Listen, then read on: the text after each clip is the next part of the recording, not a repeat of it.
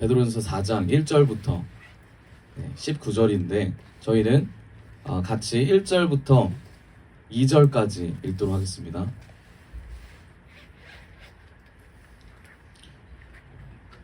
네, 4장 1절부터 2절까지입니다. 같이 합독하도록 하겠습니다. 다 찾으셨죠? 같이 합독하도록 하겠습니다. 시작! 그리스도께서는 육신으로 고난을 받으셨습니다. 여러분도 같은 마음으로 무장하십시오. 육신으로 고난을 받은 사람은 이미 죄와 인연을 끊은 것입니다. 2절입니다. 2절부터는 육신으로 살아갈 남은 때를 인간의 욕정대로 살지 말고 하나님의 뜻 아래 살아야 합니다. 아멘. 우리 2절만 다시 한번 읽어봅시다. 시작. 이제부터는 육신으로 살아갈 남은 때를 인간의 욕정대로 살지 말고 하나님의 뜻대로 살아야 합니다. 아멘. 네, 아멘. 네, 하나님께서 우리에게 주시는 말씀의 제목은 어떻게 살아야 합니까? 라는 제목으로 말씀을 선포하도록 하겠습니다. 어떻게 살아야 합니까? 우리 옆 사람과 인사합시다. 어떻게 살아야 합니까? 어떻게 살아야 합니까? 네, 어떻게 살아야 합니까? 네. 엄청 중요한 문제죠. 그리고 우리가 계속 생각해야 될 그런 제목입니다. 어떻게 살아야 합니까? 여러분 어떻게 사실 겁니까? 흥미로운 질문이네요. 네, 이제 AI가 어떻게 살아야 합니까에 대해서 우리가 먼저 생각해야 될 거는 나는 어떻게 살고 있었을까라는 삶을 우리가 돌아봐야 합니다. 우리 옆 사람과 한 번 더 인사합시다. 어떻게 살아오셨습니까? 사는 거에 대한 문제들이 많았습니다. 그렇죠? 이때까지 굉장히 많아요. 어떻게 살아야 될까? 어떻게 살아왔는가에 대한 문제와 질문들이 많이 있었습니다. 그래서 어른들이 이런 말씀을 많이 하죠. 뭐라고 합니까? 나의 남편과 나의 부인을 보고 어떻게 말을 하죠? 죽지 못해 산다. 이렇게 말씀을 많이 하죠. 네, 어떻게 살아야 합니까? 가정은 어떻게 만들어야 합니까? 죽지 못해 살아. 돈을 어떻게 법니까? 살기 위해 버는 거지. 네. 밥은 뭐 먹고 싶습니까? 그냥 죽지 않기 위해서 먹는 거야. 이렇게 목적에 애매하게 다 말을 하곤 합니다. 여러분, 신앙생활은 그럼 왜 합니까? 죽지 못해서 신앙생활을 하십니까? 우리는 앞에 있는 질문들에 대한 대답을 죽지 못해서라고 생각을 한다면 신앙생활 또한 죽지 못해서 신앙생활을 하는 걸로 우리는 착각하며 삽니다. 그렇죠? 그리고 그것이 또한 어떤 착각을 하죠? 난 이렇게 살지 않아 라고 생각하면서 살기도 하죠. 세상 사람들이 기독교인이 아닌 또는 기독교인, 교회 안에서도 하나님을 믿는 사람들이 사는 방법들이 여러 가지가 있습니다. 그런데 우리가 돈을 좋아하지 않는다고 말하면서 돈을 좋아하는 사람도 있고, 그렇죠? 하나님을 사랑한다고 말하면서 하나님을 사랑하지 않는 자들도 있습니다. 그렇죠? 그런데 바꿔 말하면 세상에도 하나님이라는 존재를 믿는 사람이 있습니다. 예수님을 믿는 사람이 있어요. 그런데 교회는 안 갑니다. 이게 참 아이러니한 거죠. 그럼 그 사람에게 구원이 있을까요? 네, 이런 궁극적인 질문들을 좀 생각해 봤으면 좋겠습니다. 예수님을 믿는데, 성경을 보는데, 그런데 교회를 안 가요.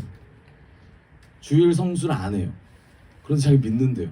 그런데 옆에서 믿음에 대해서 분명히 흔들림이 없어요. 되게 잘 나아가요. 아멘이라 외치고 사람들에게 전도를 하는 걸 합니다.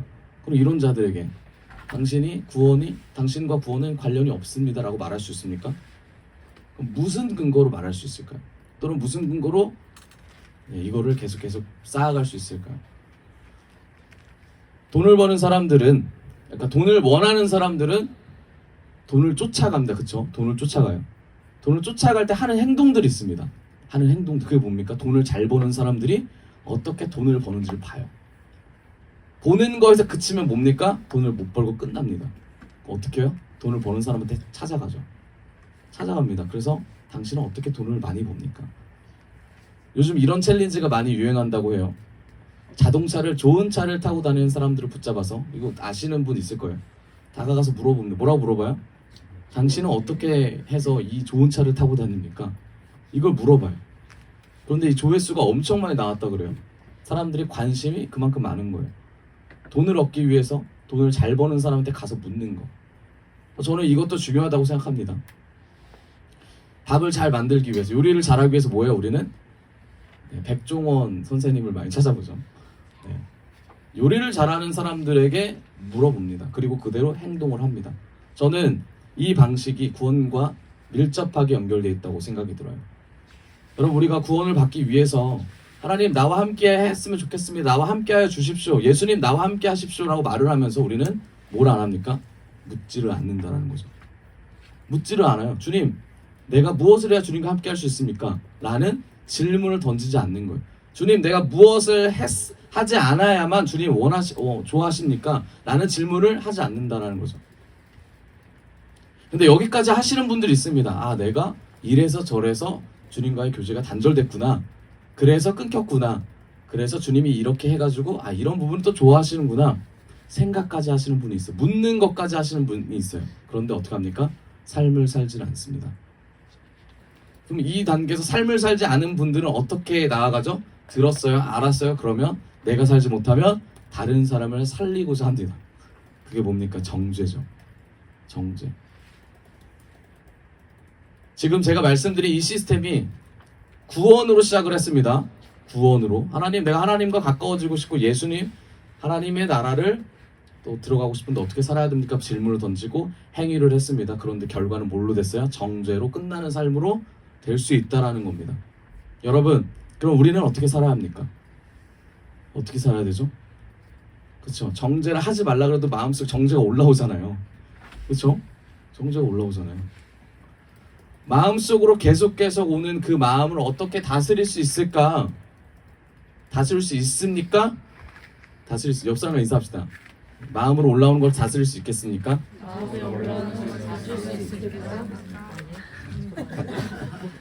다스릴 수 없다가 정답입니다.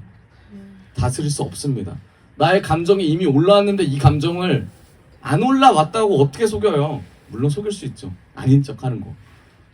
할 수 있습니다. 그런데 감정이 올라온 것 자체만을 그것만을 숨길 수 있습니까? 그럴 수 없다라는 거죠.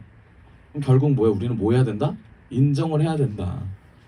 어떤 걸 인정해야 합니까? 내 마음이 이렇게 힘들었다. 인정을 해야 된다는 거죠. 그런데 우리가 여기까지는 많이 하신단 말입니다. 그렇죠? 인정까지는 해요. 아, 내가 이 부분이 잘못됐어. 그래서 내가 주님께 더 나아갔단 말이지.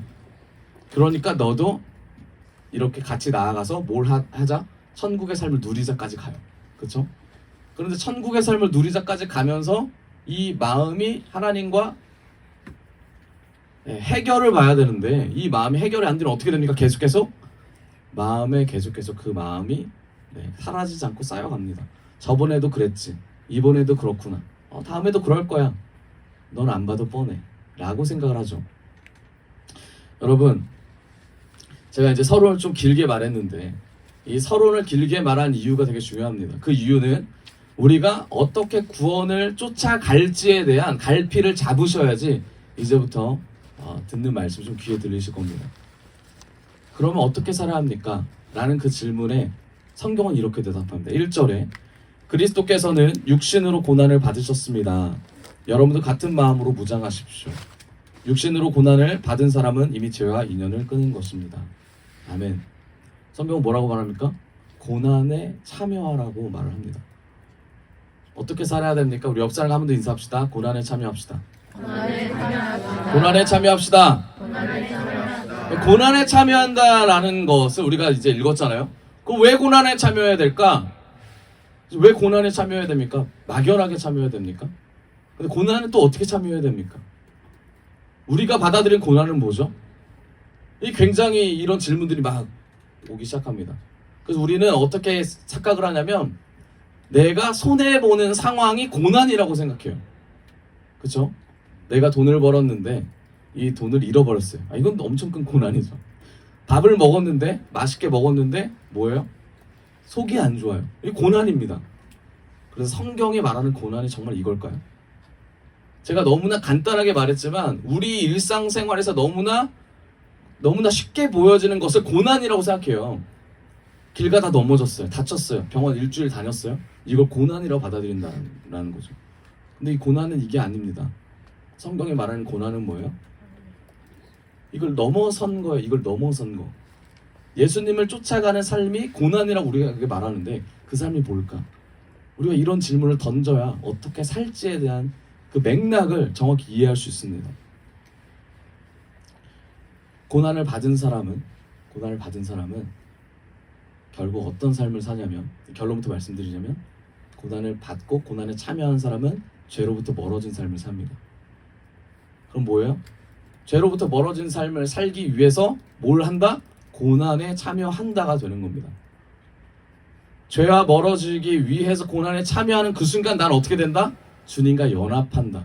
그럼 고난에 참여하는 것이 되게 기쁜 일이죠. 되게 놀라운 일이죠. 왜요? 주님과 연합하는 거니까. 죄랑 멀어지는 거니까. 그런데 우리는 고난 따로, 죄 따로, 주님 연합 따로라고 생각해요. 그래서 아까 처음에 말씀드렸듯이 고난과 죄와 주님을 따로 생각하니까 예수님을 믿어도 교회 안 나와도 예수님 믿는 것만으로 뭐라 그래요? 구원을 받았다고 생각해요. 근데 그 사람에게 교회 나오는 건 뭡니까? 고난이 될 수 있다라는 거죠. 그 사람에게 예수를 믿고 구원을 받고 최선을 다해서 나아가는 삶을 살고자 하는데 헌금을 안 해요. 그럼 그 사람에게 고난은 뭐예요? 헌금을 내는 것이 고난이 될 수 있는 거예요. 이건 1차원적인 거. 이거를 넘어가야 돼요. 그 넘어가는 게 그 과정에 뭐가 있다고요? 죄가 있다라는 겁니다. 죄. 결국 고난에 참여하는 순간 내가 죄랑 죄랑 단절된다라는 거죠. 이게 지금 1절의 말씀이에요. 1절의 말씀. 다시 한번 읽어봅시다. 1절 시작. 그리스도께서는 같이 읽어봅시다. 그리스도께서는 육신으로 고난을 받으셨습니다. 여러분도 같은 마음으로 무장하십시오. 육신으로 고난을 받는 사람은 이미 죄와 인연을 끊은 것입니다. 아멘. 고난에 참여하고 계십니까? 죄와 인연을 끊은 것입니다. 나는 죄랑 관계없어. 왜? 나는 예수님의 고난에 참여하고 있기 때문이지. 말씀을 붙잡고 나아가고 있기 때문에 나는 죄와 관계가 없다라고 선언하는 것입니다. 2절을 보겠습니다. 이제부터는 육신으로 살아갈 남은 때를 인간의 욕정대로 살지 말고 하나님의 뜻대로 살아야 합니다. 아멘. 여러분, 고난에 참여하는 순간 죄가 끊어진다 그랬잖아요. 그리고 예수님과 연합이라는 것이 열린다 그랬어요. 그런데 이거는 고난에 참여해 보신 분만 알아요. 왜냐하면 고난의 깊이에 따라서 이 깊이가 달라지거든요. 내 고난이 경제적인 고난이에요. 근데 이 고난을 넘어선 문제보다 더 큰 하나님을 보기 시작한다면 그 하나님을 본다는 의미는 천국을 보는 사람이 되는 거예요. 그러니까 우리가 생각할 때 하나님이 분명히 이 고난 가운데 이끄실 거야. 맞는 말인데 이거 굉장히 추상적이에요. 근데 그렇죠? 하나님이 갑자기 위해서 돈을 퍼부어 주신다고 우리가 잘못된 믿음을 갖고 있는 거예요. 근데 이걸 넘어서서 고난에 참여한다는 건, 그리고 하나님이 해결해 주신다는 이런 얘기입니다. 하나님이 나와 함께 하시기 때문에 이거를 해결해 주시지 않아도 나는 천국갈 백성이다 라고 선포하는 것이 고난을 이기는, 그리고 고난 가운데 있는 우리의 자세인 거예요. 그 순간 어떻게 됩니까? 나는 어떤 사람이 돼요? 천국 백성이 되는 겁니다. 성경이 말하는 천국 백성은 뭡니까? 결국은 뭐예요? 죄랑 끊어진 상태, 결국 세상 나라에 속했던 인간이 하나님의 나라로 돌아가는, 하나님의 백성으로 다시 회복되는 것을 성경은 강조하고 있어요. 이것을 우리는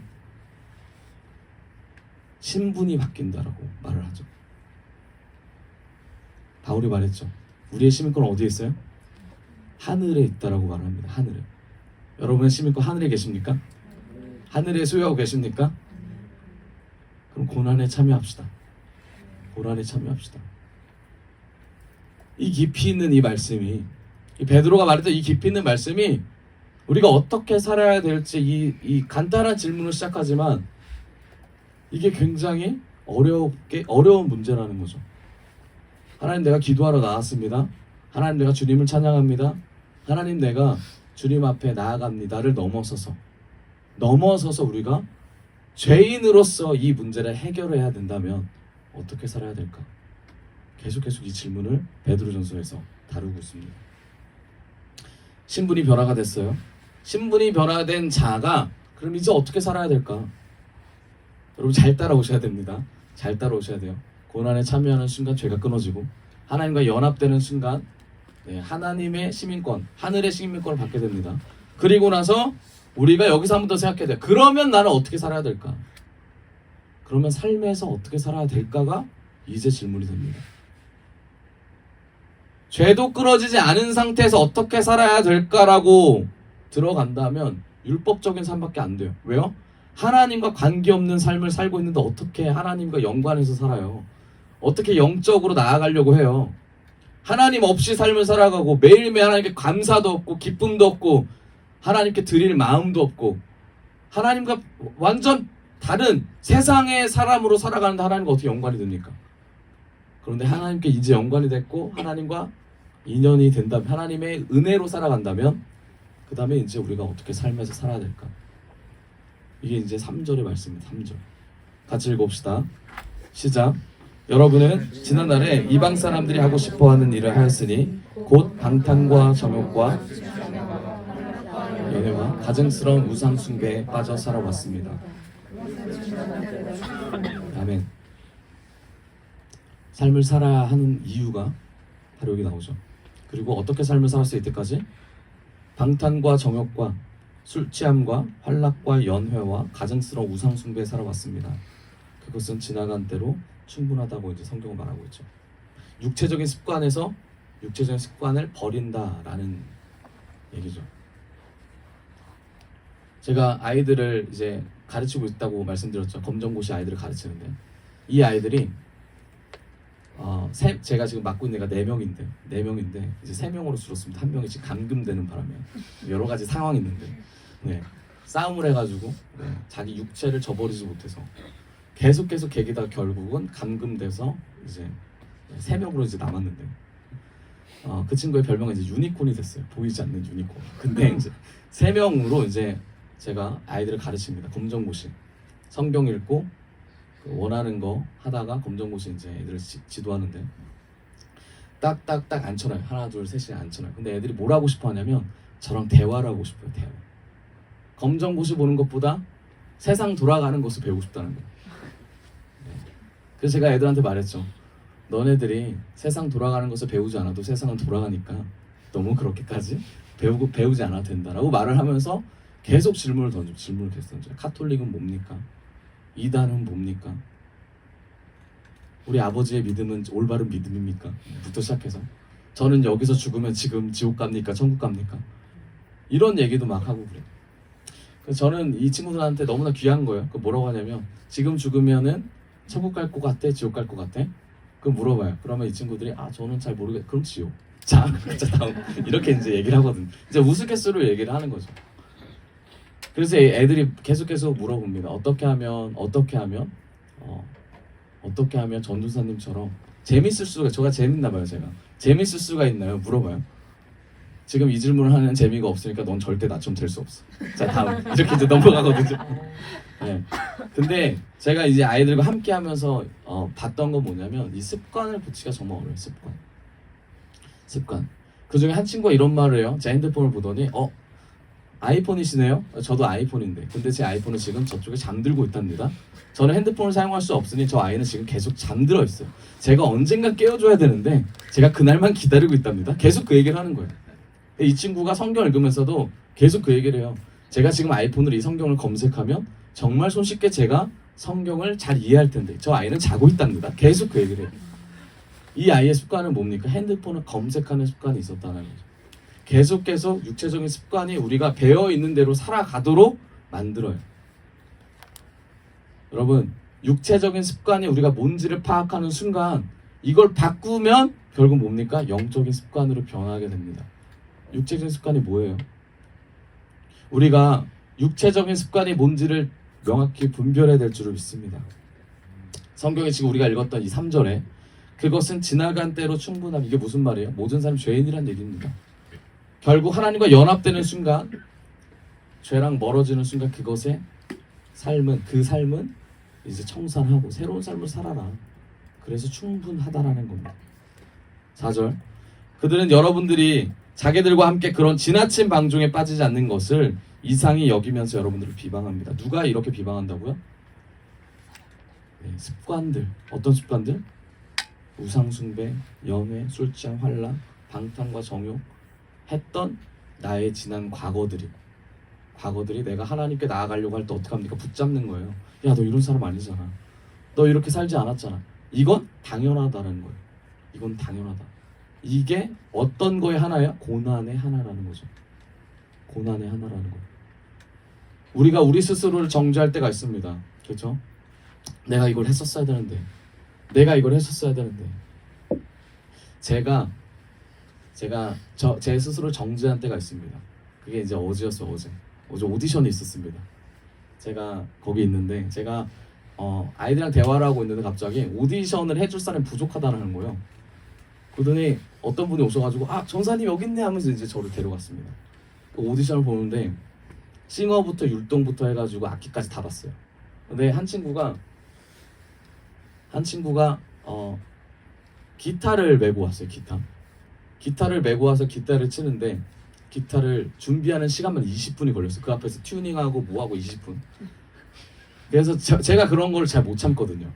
그래가지고 되게 바쁜데 얘가 나의 시간을 뺐네. 좀 이제 그랬어요. 그래서 제 마음속에 어떤 마음이 올라왔냐면 얘는 무조건 떨어뜨려야겠다.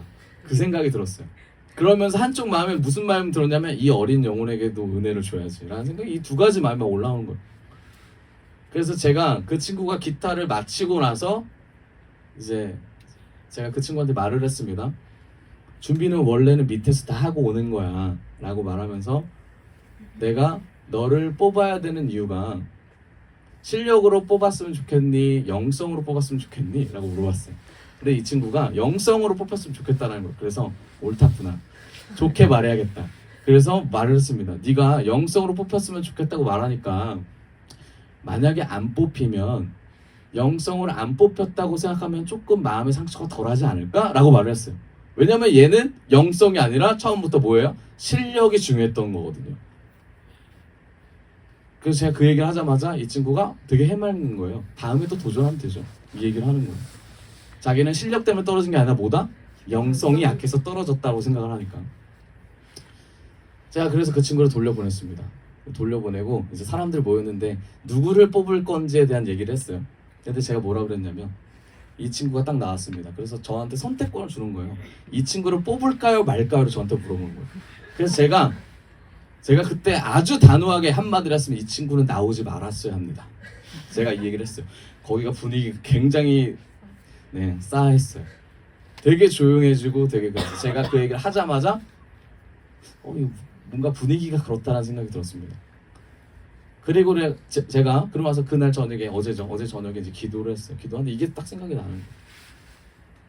제가 어떤 삶을 살았어요? 육신의 삶으로 말을 했다라는 거죠.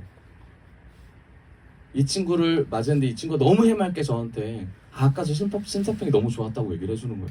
사실 제 마음은 그게 아닌데 어때요? 제가 지금 하나님 앞에서 지금 고군부터 하는 거죠. 육신의 삶을 버리기 위해서 노력하는 거예요. 근데 바꿔 생각해보세요. 제가 심사위원이고 준비 안 된 자에게 제가 이렇게 말하는 건 그를 너무 배려한 얘기예요, 사실. 그쵸? 너무 배려한 거예요. 그럼 제가 저 아이한테 아이스크림이라도 얻어먹어야 되는 입장이지만 그 아이의 입장이 아닌 제가 누구의 입장으로 그 아이를 바라봅니까? 하나님의 입장으로 바라본 거예요. 제가 그래서 회개를 했습니다. 하나님, 저 아이를 하나님께서 이 자리에 보내셨고 하나님께 나아갈 은혜를 저 아이에게 주셔야 되는 제가 그거를 다 묵살시켰습니다. 저의 육신의 생각과 입술이 저 아이의 영혼을 하나님께 가지 못하도록 막았습니다. 제가 이제 이 회개를 하고 말을 하고 회개를 하고 그 다음에 어떻게 해야 돼요? 살아야 되잖아요. 제가 그 아이한테 찾아갔습니다. 그리고 오늘 아침에 말했어요. 어제 잘 잤니? 너 때문에 내가 잠을 잘 못 잤어.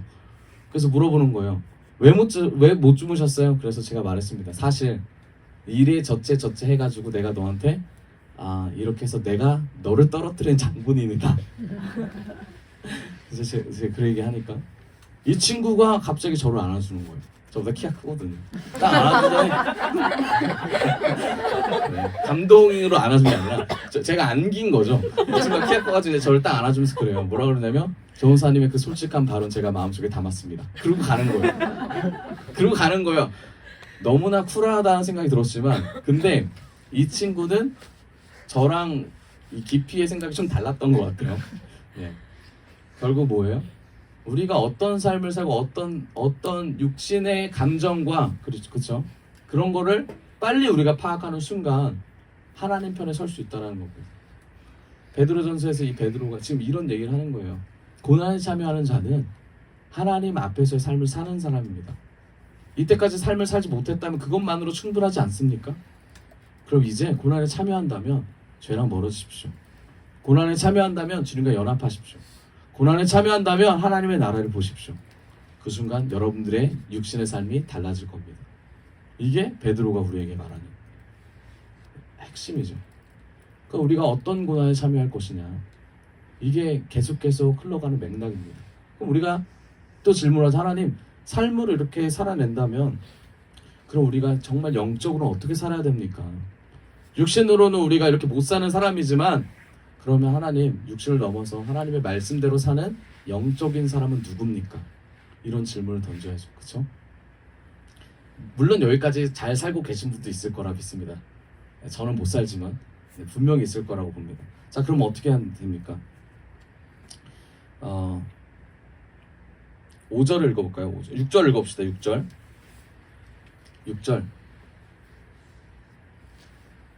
5절부터 읽죠. 5절. 죄송합니다. 6절 읽겠습니다. 시작.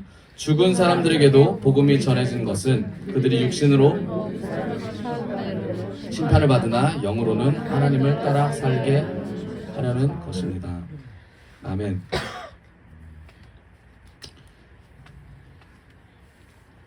여러분, 성경은 정확히 말합니다. 육신으로 사는 삶과 영으로 사는 삶을 나눠요. 그러면 우리가 육신으로 삶을 살았다면 이제 영으로 가야 된다는 거죠. 육신으로 어떻게 삶을 살았느냐? 아까 말씀드렸듯이 제 얘기를 한 것처럼 육신으로 삶을 얘기해 드렸잖아요.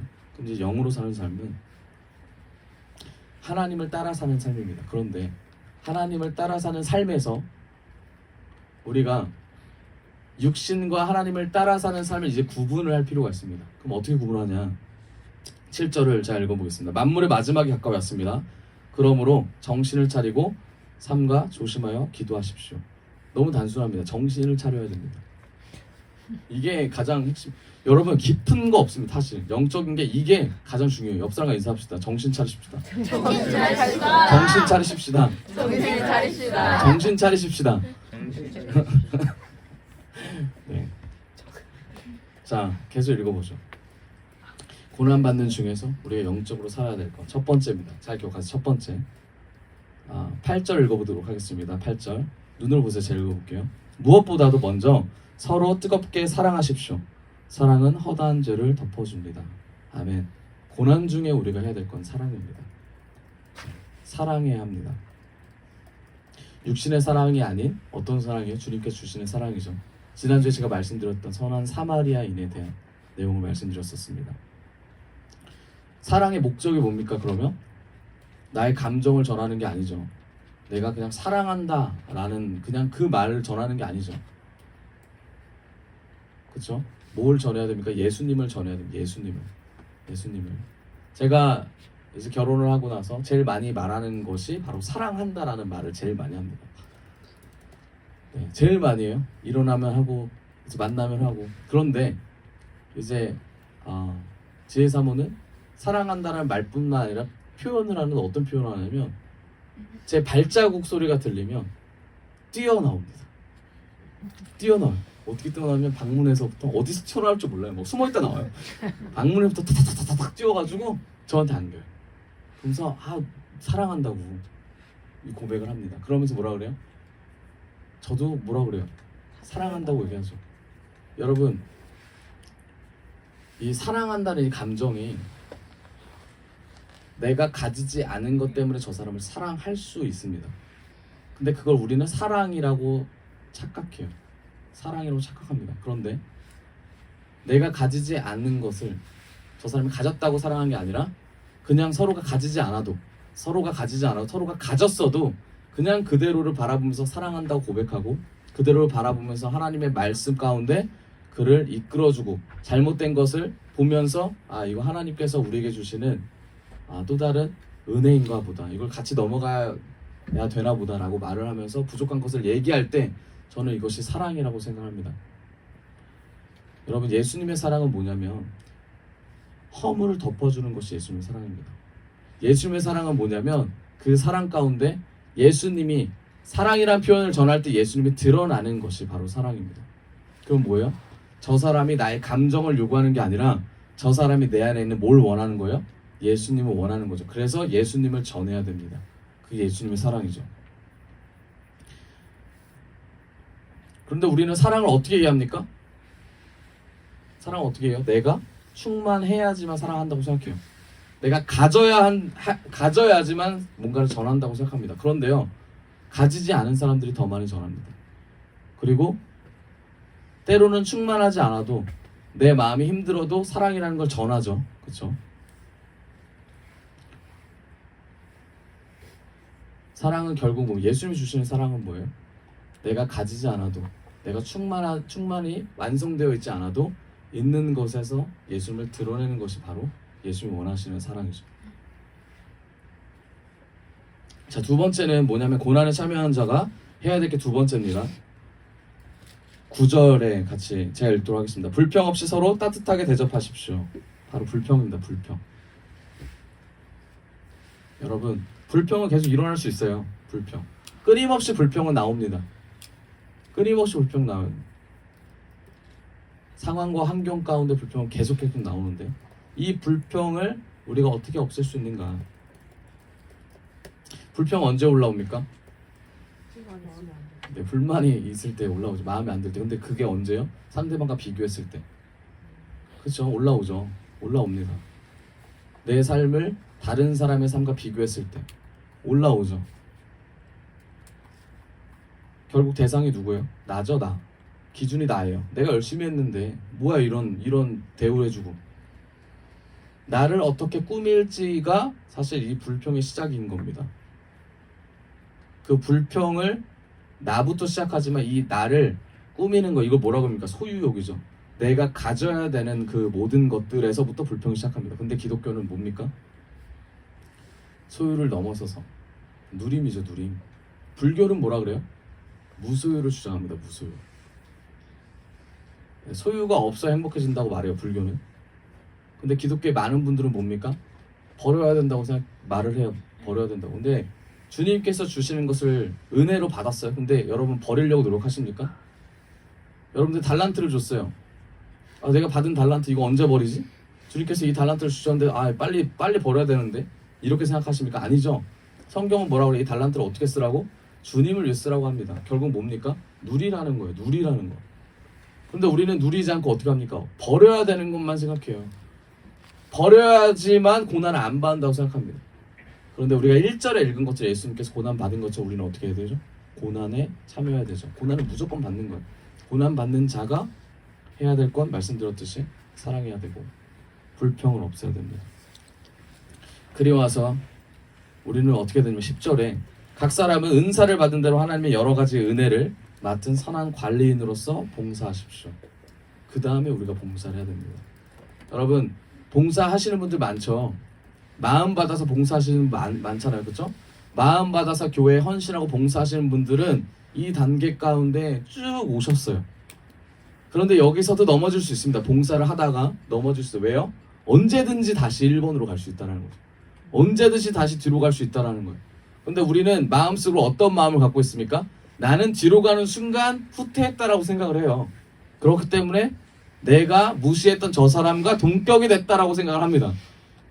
그래서 뒤로 간다라는 걸 꺼려해요. 그런데 여러분, 뒤로 가는 것도 성장하는 겁니다.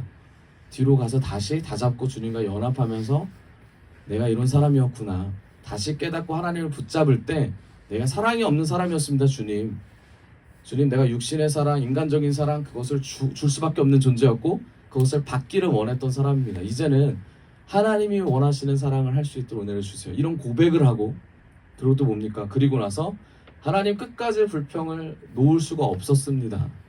이렇게 연약한 자였어요. 저 사람이 나보다 잘 되는 것이 못마땅했습니다. 이게 올라오잖아요. 그쵸? 형제들 중에서도 대학 잘 가거나 또 어떻습니까? 직장 잘 들어가면은 배 아파서 막 미치겠잖아요. 안 그래요? 네. 그런데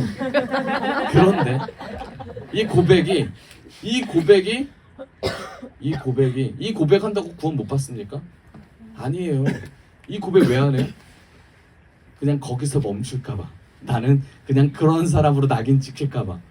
그런데 이 고백이 필요하다라는 거죠. 이 고백을 통해서 나를 알게 되면 내가 얼마나 죄인이라는 걸 알게 돼요. 그런 순간 이게 고난이죠. 이게 고난입니다. 하나님이 이 고난에 참여할 때 내가 이걸 고백할 때 주님의 나라를 볼 수 있는 눈을 열어주십시오. 주님, 이제는 옛날에는 내가 정말 여기서 헤어나올 수 없었지만 이제는 그런 내가 아닌 새로운 주님의 자녀로서 하나님 나아가겠습니다. 도와주십시오. 이 고백이 우리에게 있어야 되는 거 아니에요? 우리에게 있어야 되는 거 아닙니까?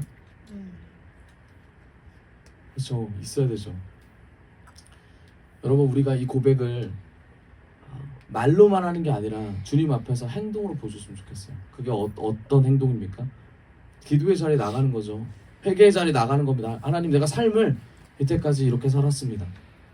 그런데 이제는 이런 삶을 살고 싶지 않습니다. 그런데 제가 이 삶을 또 살 것 같아요. 분명히 삽니다. 안 살 수가 없어요. 분명히 살아요. 사는데 하나님, 그때도 이 회개의 자리에 나올 수 있는 은혜를 주세요. 그때도 주님 앞에 나와서 기도할 수 있는 은혜를 주세요. 그때도 기도의 용사들을 붙여주시고 기도를 할 수 있도록 하나님, 사람들을 그 말씀을 통하여 제가 그 말씀을 들을 수 있도록, 청종할 수 있도록, 두렵고 떨리는 마음으로 주님을 바라볼 수 있도록 은혜를 주시옵소서. 이 고백이 돼야 되는 거 아닙니까? 이 고백이 안 됐기 때문에 나가가지고 무릎 한번 꿇고 하나님, 내가 회개했으니까 땡! 자, 제가 이제 성장했죠? 주님, 자, 은혜 주세요. 우리가 이런 삶을 살고 있잖아요. 저도 그런 삶을 살았어요. 괴롭고 힘들 때 어디 가요? 산기도 갑니다. 그리고 거기서 다 해결하고 돌아와요. 그러면 어떻게 합니까? 난 은혜로 모든 거 다 해결됐어. 근데 어때요? 아니잖아요. 열심히 다니고 열심히 직장 생활하는 그 누구죠? 형제들을 보면서 뭐라고 생각해요? 마음이 또 힘들잖아요. 그렇죠? 열심히 다니고 있는 사람을 축복해주지 못할 망정. 그게 우리의 마음이라는 거죠. 우리의 마음. 제가 거기서 아이들을 이제 보잖아요. 보는데 초등학생들이 아주 가관입니다. 애들이 걸어다니는 애들이 없어요. 다 뛰어다니는데 한 친구가 막 이러고 있는 거예요. 그래서 제가 갔어요. 그래서 넌 지금 죄를 지으려고 노력하는구나. 제가 그랬어요. 그랬더니 막 엄청 웃는 거예요. 그러더니 제가 그랬어요. 그래, 한번 말해봐. 제가 그랬어요. 그랬더니 이 친구가 뭐라고 그러냐면, 저 쌍둥이에요. 제가 내 형인데 제가 나보다 빨라요. 그래서 제 다리가 부러졌으면 좋겠어요. 그러는 거예요. 제가 그 얘기를 듣고 이 친구한테 제가 손을 잡아줬습니다. 그러면서 그랬어요. 나랑 같은 생각이구나. 나도 어렸을 때 그랬단다. 제가 그랬어요. 그런데 이 친구가 저한테 마음을 확 열었어요. 그런데 이런 말을 합니다. 그런데요, 다리 부러지는 것 말고도 또 있어요. 그러는 거예요. 그래서 막 자기의 그런 걸 막 얘기해요. 저 자기의 혈육이 어떻게 됐으면 좋겠다. 그러면서 뭐라고 그러냐면 이런 말 합니다. 아빠가 생일이 같잖아요. 근데 생일 선물 다른 걸 사온 거예요.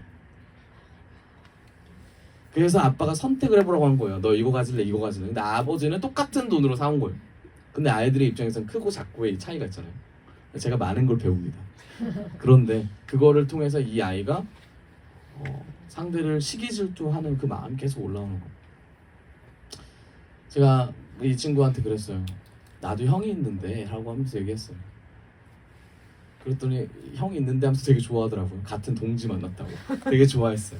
여러분, 인간은 다 똑같습니다. 인간은 죄를 지을 수밖에 없고 죄 가운데 빠져 살 수밖에 없어요. 그렇기 때문에 주님이 필요합니다. 그렇기 때문에 우리가 주님 없으면 살 수 없는 존재이죠. 우리 옆 사람과 한번 인사합시다. 불평을 없앱시다. 불평을 없애는 그 순간 하나님께서 우리에게 은혜를 주시는데, 무슨 은혜를 주시냐면, 야, 드디어 네가 내 편에 섰구나, 그러려고 하구나. 그럼 뭘 주십니까? 바로 하나님께서 자리를 하나 주세요. 봉사의 자리를 주십니다. 아까 말씀드렸듯이 봉사의 마음을 먹으신 분들은 이미 주님 앞에 헌신의 과정을 밟고 계신 거예요. 은사를 이제 받은 대로 하나님께서 자리로서 계속 그 사람을 키워가시는데, 결국 은사는 뭡니까? 그건 달란트죠. 달란트대로 그 자리에 맞춰서 교회를 성장시키는데, 그리고 주님의 말씀이 모든 이들에게 퍼져나가는 데에 각자에게 하나님께서 은혜를 주십니다. 그 마음을 가지고 봉사에 참여해야 됩니다. 저 사람이 나보다 일을 덜해요, 저 사람이 나보다 칭찬을 더 받아서 별로예요 라고 우리가 이런 마음을 갖고 있다면 다시 돌아봐야죠. 나에게 주신 달란트가 뭔가, 하나님이 나를 선택한 이유가 뭔가. 결국 하나님의 은혜 아니면 할 수 없다라는 고백이 우리 안에 나왔으면 좋겠습니다. 11절을 읽겠습니다. 말을 하는 사람은 하나님의 말씀을 전파하는 사람답게 하고, 봉사하는 사람은 하나님께 주시는 힘으로 봉사하는 사람답게 하십시오.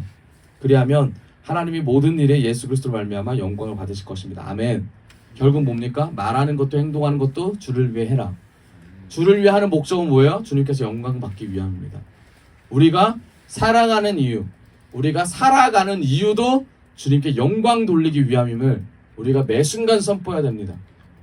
주님의 영광을 위해서 우리가 창조되었고, 주님의 영광을 위해서 우리가 먹어야 되며, 주님의 영광을 위해서 우리가 돈 벌고, 주님의 영광을 위해서 직장 다니고 가정 이루고 자녀를 양육해야 될 줄 믿습니다. 내 자녀가 천국 말고 세상이 원하는 대로 가기를 원하신다면 여러분, 이 구원의 길과는 잘못된 길로 접어들으신 거예요. 내가 세상의 길로 더 원해서 돈 벌기를 원하신다면 죄송한 여기 계시면 안 됩니다. 여기는 어떤 사람들이 모이는 거예요? 고난에 참여하고자 하는 사람들, 구원받아 주님의 나라를 가고자 하는 사람들, 하나님의 나라에 관심 있는 사람들, 하나님으로 족하다는 사람들, 만족해서 하나님밖에 없다고 고백하는 사람들, 서로 배려하고 사랑하고자 노력하는 사람들, 그리고 가장 중요한 건 이 모든 것이 안 되는 사람들, 안 되는 사람들이 모여서 그러고 싶다라고 고백하는 자리가 바로 여기입니다. 그런데 나는 돈 벌었다고, 내가 돈 얼마나 버는지 아냐, 손 들고 막 여기서 막, 그러면 어때요? 나가시면 돼요. 내가 남들보다 인격이 뛰어나다고, 나가시면 됩니다. 남들보다 많이 배웠다고 자랑하는 사람, 나가시면 돼요. 구원과는 상관없는 사람, 여기에 계시면 물만 흐립니다. 그런데 이런 사람은 괜찮으세요. 많이 배웠지만 주님은 모릅니다. 너무 좋죠. 돈은 많지만 제가 헌금 낼 믿음은 없습니다. 이런 분들은 이 자리에 앉아 계셔야 돼요. 말씀 많이 들었지만 살아갈 능력이 없어요. 예수님 힘 주십시오. 이 자리는, 이런 분들은 앞자리에 앉으셔야 돼요. 네. 주님을 만났지만, 주님께 주시는 은사와 은혜가 충분하지만 나를 위해 쓰고 싶습니다. 늦게까지 기도하셔야 돼요. 하나님께서는 주님의 영광을 위해서 우리를 창조했고 우리에게 은혜를 주신다는 것을 꼭 명심하셔야 됩니다. 그럴 때 주님을 높일 수 있습니다. 고난 받는 사람, 우리가 지금 얘기를 했죠. 고난 중에 우리 뭘 해야 되는지를 얘기했습니다. 그렇죠? 그런데 우리가 놓치는 것들이 있어요. 뭘 놓치냐면, 자, 이제 하지 말아야 될 것들입니다. 자, 12절을 읽겠습니다. 사랑하는 여러분, 여러분을 시험하려고 시련의 불길이 여러분 가운데 일어나더라도 무슨 이상한 일이나 생긴 것처럼 놀라지 마십시오. 뭐 하지 말라고요? 놀라지 마십시오. 고난이 오면 결국 어떤 일이 일어난다? 내가 놀랄 일이 일어난다. 이게 성경 말씀. 어떤 일입니까? 건강이 악화될 수도 있고, 고난이면 뭐예요? 네, 시험에 들 일도 있습니다. 물질적으로 힘들 수도 있어요. 사람들의 비방과 무시를 당할 수도 있습니다. 고난이 오면. 근데 그 고난이 누구를 위한 고난인지가 중요하죠. 스스로 생각해 봅시다. 내가 누구를 위한 고난 때문에 이것을 감내하며 살아야 되는가. 그 다음에 해야 될 겁니다. 뭐 해야 돼요? 13절. 그만큼 여러분은 그리스도의 고난에 동참하는 것이니 기뻐하십시오. 뭐 하라고 하죠? 기뻐하십시오. 그러면 기뻐할 때 그의 영광이 나타날 때 여러분은 또한 기뻐 뛰며 즐거워하게 될 것입니다. 아멘. 고난 가운데 기뻐하십시오. 그럴 때 주님의 영광이 나타날 때 더 기뻐할 수 있습니다. 믿으십니까? 아멘. 그 다음에 우리가 해야 될 거 세 번째 14절 여러분들이 그리스도의 이름으로 모욕을 당하면 복이 있습니다. 영광의 영 곧 하나님의 영이 여러분 위에 머물러 계시기 때문입니다. 아멘. 적극적으로 영광을 돌려야 됩니다. 여러분 적극적으로 주님의 영광을 돌리십시오. 여러분들이 어떤 형편에 있으시든지 어떤 상황에 있으시든지 주님을 영광, 주님께만 영광 돌리는 입술을 가지기를 원합니다. 주님만 영광 돌리는 눈을 가지시길 원합니다. 주님만 영광 돌리는 귀를 가지시길 원합니다. 그리고 가장 가지시길 원하는 마음을 가지시길 원합니다. 주님만 영광 돌리기를 원합니다. 네. 그리고 15절 여러분들은 가운데 아무도 살인자나 도둑이나 악을 행하는 자나 남의 일을 간섭하는 자로서 고난을 당한 일이 없도록 하십시오. 네. 베드로가 우리에게 주는 간구입니다. 뭐예요? 고난의 때 이런 것들 우리가 해야 되는 가장 중요한 건 뭐냐면 자신의 잘못으로 인해 고난받지 말아야 합니다 라는 거죠.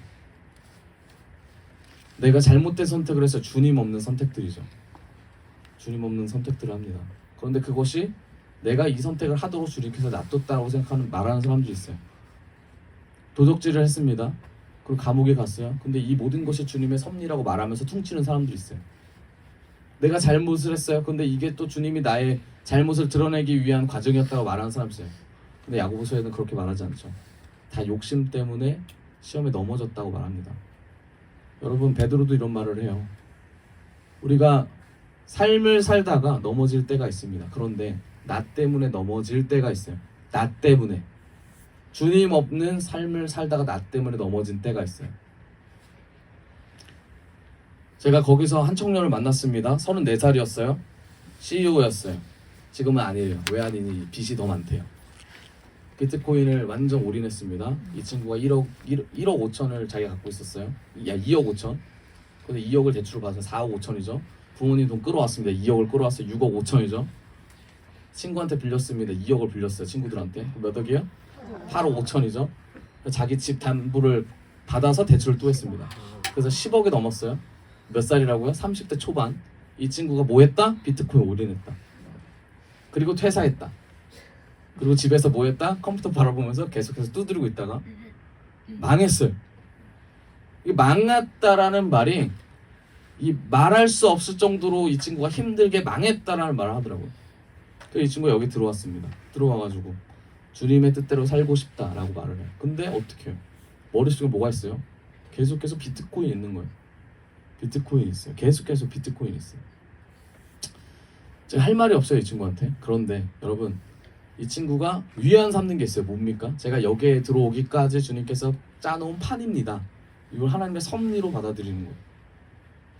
제가 그랬어요 이 친구한테 너 이거 언제 다 해가지고 다 해서 다시 재개해가지고 결혼해가지고 어떻게 이 부분 이거 생각해봤어? 물어봤어요. 주님의 은혜만 할 수 있죠. 제가 이 친구한테 뭐라고 했어요. 야 이거 너무 막연하다. 그래서 성경 어디에도 그런 말 없는데 넌 그럼 어디서 들었니? 모든 게 주님의 은혜라던데요. 모든 게 주님의 은혜고 주님께서 이렇게 해가지고 결국 구원의 길로 간다는데요. 구원의 길로 가는 건 맞지. 근데 언제 갈래? 제가 물어봤어요. 제가 이제 그 친구를 향해서 이제 너무 빚이 많잖아요, 그렇죠? 빚에 눌려요. 잠을 못 자요. 근데 잠을 잘 때는 섭리라고 받아들일 땐 자요. 자기가 변화된다는 거. 근데 삶을 못 살아요. 계속 여기 빠져 있고 하니까. 제가 이 친구한테 물어봤어요. 너 밖에 나가서 돈을 벌어야 되지 않겠니? 사람들하고 해야 되지 않겠니? 근데 제가 알고 보니까 이 친구가 여기 들어온 이유가 딱 하나였어요. 빚쟁이가 자기를 못 찾게. 그래서 여기 들어온 거예요. 동기는 자기가 빚쟁이를 피해서 여기 들어온 건데 사람들이 말할 때 뭐예요? 하나님의 섭리다 라고 퉁치면서 말을 하는 거예요. 근데 이 스토리를 아무도 몰라요. 이만큼 빚이 있는 건 몰라요. 여러분 우리가 하나님의 섭리라고 말하면서 우리가 정말 하나님의 섭리를 몰라요. 그렇죠? 하나님의 섭리는 뭡니까? 나를 고난에 빠뜨려가지고 주님 앞에서 주님 앞에 무릎 꿇게 하는 것이 하나님의 섭리예요? 여러분 하나님 너무 모르세요. 그런 하나님 저는 본 적 없어요. 아니죠. 하나님은 우리를 너무 사랑하세요. 잘 가면 하나님이 그 길 가운데 은혜와 축복을 주세요. 천대까지 복을 내리신단 말이죠. 어떤 사람에게? 하나님을 높이는 사람에게, 하나님 영광 돌리는 사람에게. 여러분들 오해하는 게 있는데, 여러분 진짜 부자들 만나보시죠. 진짜 부자들?